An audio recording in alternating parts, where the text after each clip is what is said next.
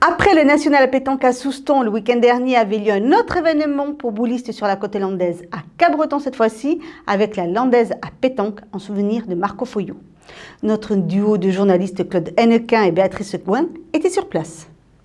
Marco, nous sommes ici parce que vous organisez depuis maintenant 4 ans un très beau rendez-vous de joueurs de pétanque. Qu'est-ce que vous pouvez nous en parler?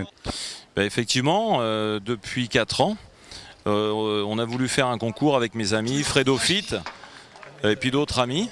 Le tournoi de mon père, au départ on s'est amusé, on s'est dit on va faire quelque chose de sympa. Après ça a pris une envergure énorme. Là cette année on a innové, c'est-à-dire la 4e année on est passé donc national triplette pour la première fois.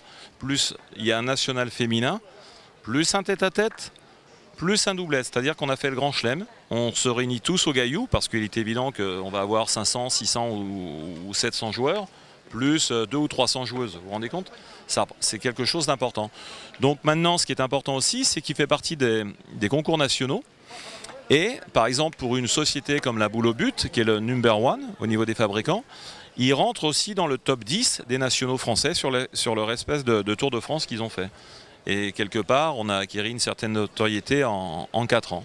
En ouverture de cette landaise à pétanque, élus, sponsors et champions s'affrontent sur le carré d'honneur à l'arrière du casino.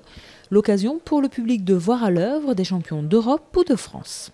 Ça y est, j'ai trouvé un petit poulet de l'année qui était parmi les spectateurs et qui va être surtout un joueur. Alain, bonjour. Bonjour. Alain Philippot, vous avez été très longtemps un rugbyman à succès. Qu'est-ce qui vous a amené à aimer les boules après le rugby? Disons que ça fait pas mal de temps que je joue aux boules avant le rugby. Bon, j'ai jamais fait les championnats parce que la discipline du rugby ne me permettait pas de jouer aux boules. Mais j'aimais les boules. Disons que les boules, c'est plutôt un sport individuel que collectif. Au rugby, bon, ça ne demande pas...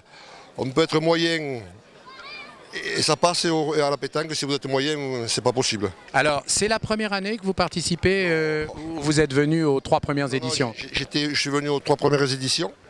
Disons que bon, j'ai joué au niveau du rugby avec Rouillé des années 90. Et après, bon, on avait une grosse équipe à Rouillé, mais j'ai eu la chance d'être champion de France à la pétanque en 2007 avec mon collègue Stéphane Delforge et Christian Lagarde. En 4 ans, la landaise à pétanque, avec son tournoi VIP, son souvenir Mario Foglio et son challenge Alain Saumon, est devenu un événement majeur de la Cité Marine.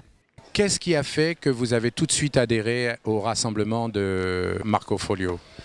Ce qui a fait, c'est qu'il y a plusieurs choses, dont une, la principale, c'est le souvenir du père de Marco Foglio, puisque c'était à l'origine la première des choses, mais aussi le fait qu'on mettait une synergie entre les clubs de Cabreton, qui était le boulodrome de la plage, et aussi le club de pétanque du Gaillou, et derrière toute une recherche de l'excellence sur une compétition qui cette année amène en plus les féminines. Donc on arrive vraiment à un élément sportif majeur pour les Landes et pour la pétanque à Cabreton. Voilà. Rendez-vous l'année prochaine à Cabreton, aux alentours du 14 juillet, pour une nouvelle édition de la landaise à pétanque.